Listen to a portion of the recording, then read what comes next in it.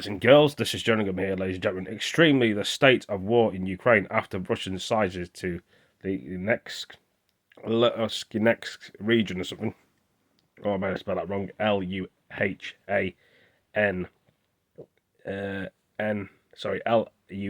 Luhansk region. You understand it, but anyway, let's play it.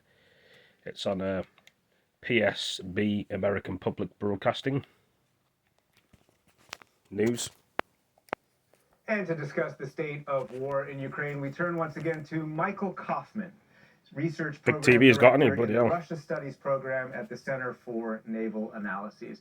Michael Kaufman, good to have you back on the program. What's the significance of Russian forces seizing all of the Luhansk region? Well, like with those two main cities, now that they have the rest of the region, they're at least part of the way towards their PS News. objective, which is seizing the entire administrative PBC territory News. of Donbass. However, a lot of the harder fighting is still ahead for the Russian military. The Ukrainian military conducted a withdrawal from that area, and they are now building a new defensive line. They're going to fortify around the main cities of Slavyansk and Kramatorsk. And so, while you could say that Russia has made incremental or fitful progress, it's still very far short of their actual political goals so far in this war. So short term, Russia's ability to seize those territories in the Donetsk region, Sloviansk, Kramatorsk, why will it be difficult for them to do that just in the short term? Well, those areas are more fortified, and the Russian military, like the Ukrainian military, has taken very substantial losses. So this has become a grinding war of attrition. Territorial gains tend to be incremental at best, and they require a tremendous amount of use of artillery and other types of fire. So I suspect that we're going to see battles grind on in the Donbass at least the next month or two. The outcome, of course, is indeterminate. These things are very difficult to predict.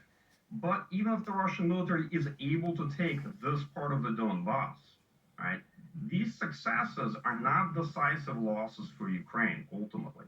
And the Russian military is likely to pay a substantial price in trying to gain this territory. And so longer term, as you say, a war of attrition, that's what both militaries have to fight. What's going to determine Russia's ability to sustain that fight? You know, at the end of the day, these wars often come down to manpower, material, who's able to replace their losses the best, who's able to adjust and build a force that can sustain the conflict. Both sides have significant challenges. The Russian military enjoys a local advantage, particularly advantage USA. of firepower.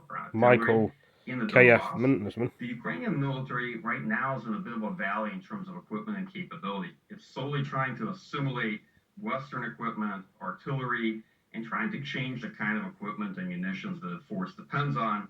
So this is a very challenging time for the Ukrainian military, probably the coming 2 months in particular. And that said, the Ukraine somewhat enjoys long-term advantages in this war that is conditioned on sustained Western support because Ukraine has the manpower and if it has access to Western military equipment and training to use that equipment, over time it can develop significant advantages. Ukrainian officials are talking about launching counteroffensives against the Russian forces using those heavier weapons that you just talked about. How will those weapons affect Ukraine's ability to re-seize territory that Russia's occupied, if at all? Western military equipment, particularly different types of artillery systems, will help equalize the current substantial disadvantage that Ukraine has relative to the massed Russian artillery firepower. That said, right now both forces are only kind of capable of localized attacks. Ukraine has been conducting small localized counteroffensives in other parts of the front, trying to set themselves up in a better position down the line. Neither military really has the force capacity left for big offensives or breakout attacks, the kind of things that can generate momentum, right? Nor is either military close to collapse. Over time, Ukraine may be in a position to conduct a substantial counteroffensive, perhaps in one of the other regions like Kherson. But that doesn't just depend on military equipment. People tend to fixate military equipment on technology and capabilities. They make a significant difference. They are rarely game changers. You have to look at the quality of the force, and you have to look at the overall military. And so do you believe that on the Russian side, they can wage the same kind of war they've been waging in the East indefinitely? Well, indefinitely is a very hard test to pass. I'm not sure anything can be waged indefinitely, but the Russian military is playing to its strength, leveraging massed artillery firepower, right, which minimizes the disadvantages and problems it has in the force, and taking territory incrementally. Yes, they can sustain it for quite some time, but they too have big challenges when it comes to manpower, the sustainment of this fight, and the solutions they've taken to keep the Russian military in the fight in what is likely to be a protracted war have their own drawbacks. They come at the expense of long-term degradation of the Russian force. So they may not be that. Well, there we go, guys, girls, ladies. You can watch Much full longer episode of timeline. July the 4th. Michael Kaufman. The thank you very shooting much. you can do, but it's still Thanks, very Reggie. saddening what things happen in this world with these crazy things. But anyway, thank you for joining this video, and I'll see you in the next one. Peace.